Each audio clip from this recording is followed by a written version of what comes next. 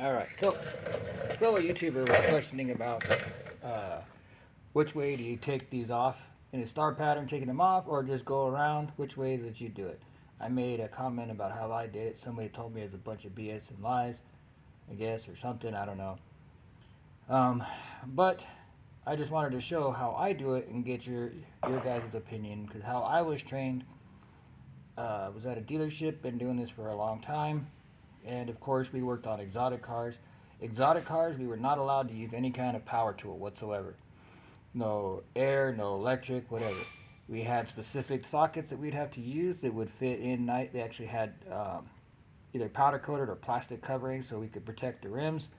And we had to use manual tools only, specific tools as well, just to make sure that uh, there was no wobbling, no shifting to scratch the rims. And I know some of those rims cost more than my truck. Uh, I know when we got our Koenigs for our Mustang, when you spend that kind of money and you pay cash up front, the last thing on earth you want is somebody with a power device going in there with a wobbly socket that's oversized, tearing up your brand new powder coat. So of course, we had different ways that I've done it forever.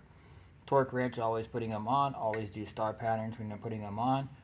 Um, but when it comes to taking them off, on something like this, there's no way of worrying about surface tension, worrying about anything that is going to bind coming off to say that a star pattern is necessary.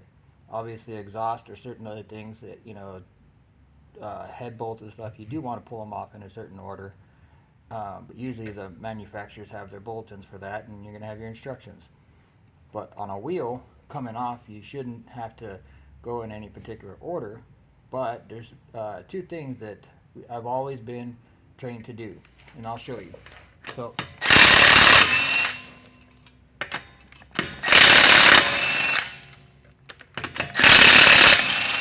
not that there's a particular order, what I always do is leave one across from the other.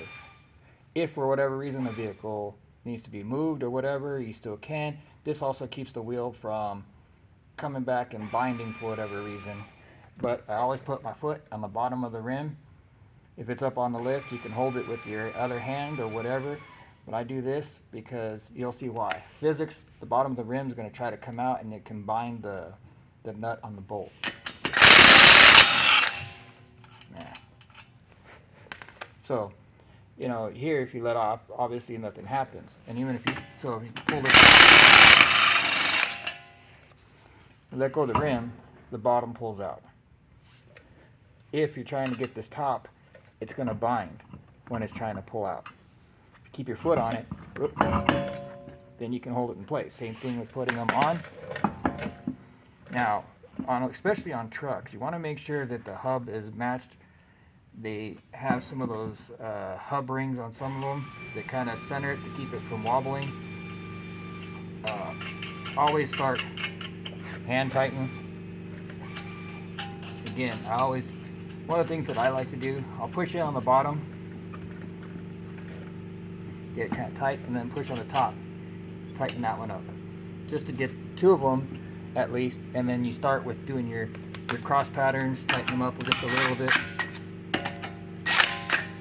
and then go around.